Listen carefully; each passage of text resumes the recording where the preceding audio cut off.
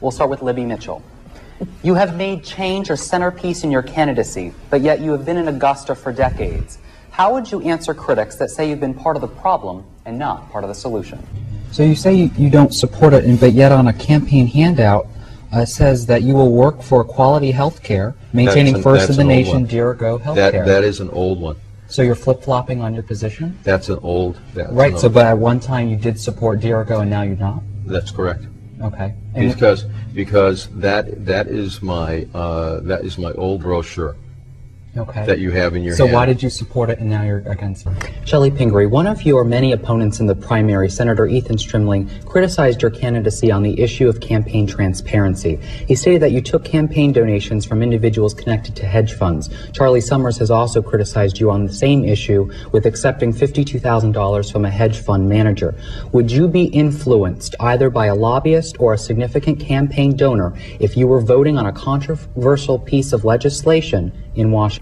Senator Mitchell, just to clarify, yes or no, would a raise in taxes be a viable option in the revenue arsenal under your administration? Oh, I apologize. I didn't know this was a lightning round. Is it? Well, just yes or no. To answer the question, would you use a raise in taxes under your administration? Not initially. So you mean like raising taxes?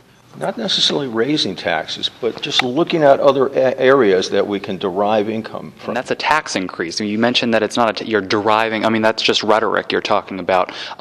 People will see that that's a tax increase that you're talking about. Yeah, it is a tax increase. That do economic development in the state, bringing new focus to the regions and finding links between community development, tourism, innovation, and international trade, protecting jobs and creating new and better jobs across Maine. Yet, where are those jobs with an unemployment rate in the highest in 7 years in the state, hovering around 9%? This happened under your watch. Did you drop the ball here?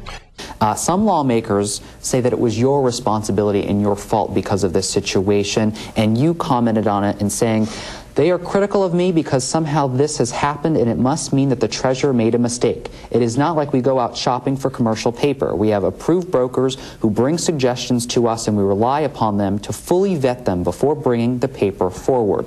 Whose fault is this? Was it your office, the brokers, or was it Merrill Lynch?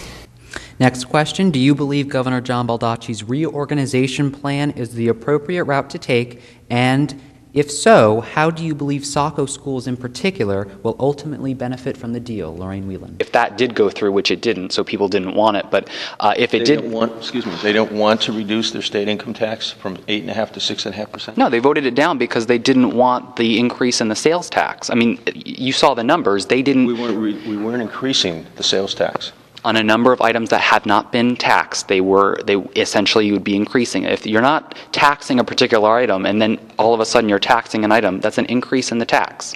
I don't know how you want to rephrase that, but that's the fact. And the fact of the matter is people did vote against lowering their income tax and raising certain taxes on a number of items. They did do that, correct? Broadening the tax. How can average Mainers not only create a greener, more sustainable life for themselves, but also save money this winter when some have to make that difficult decision whether or not to heat their homes versus putting food on the table? Well, I think one of the things that people should do is they should immediately have an audit done.